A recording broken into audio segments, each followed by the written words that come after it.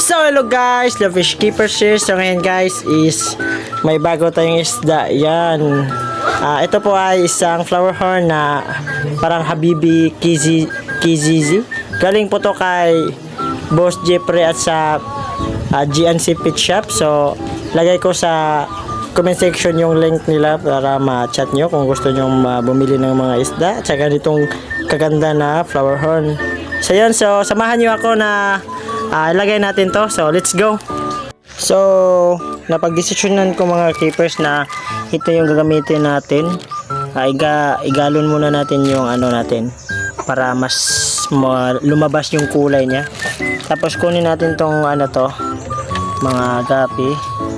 So let's go.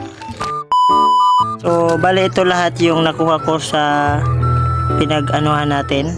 So dating trio to sila at ito meron na silang mga fry. At ito yung tingnan yung male, ang ganda. Ano ito, parang may pagka magenta.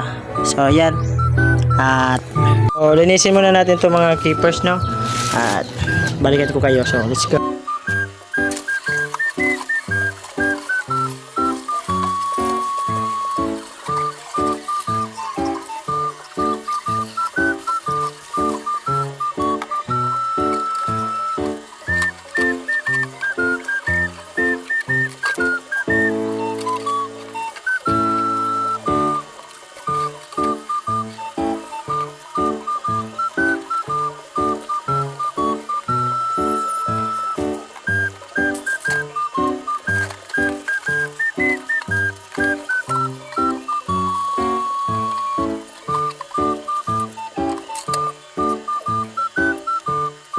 Dito natin ilagay mga keepers, no, dyan kasi may init dito pag umaga at saka pag tanghali dito, kaya dito natin ilagay. So goods lang to at yun naman to mahuhulog. So let's go, punan na natin ng tubig para malagay na natin. Tapos na din mga keepers, no, at lagyan na natin ng asin, baka may lumay.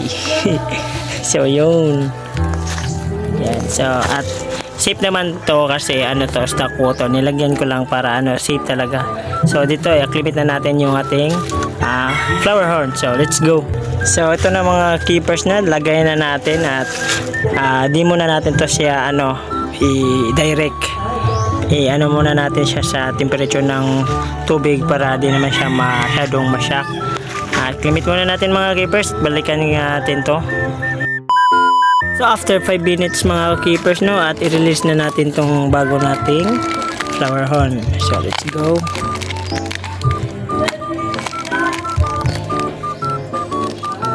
So release na natin mga keepers.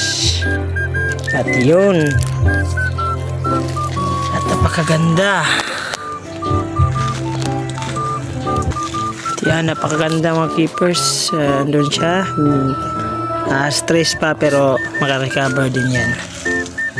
So hanggang dito lang tayo mga keepers. Salamat sa palaging panunod, pagsusuporta sa ating mga video. Bye, happy fish keeping.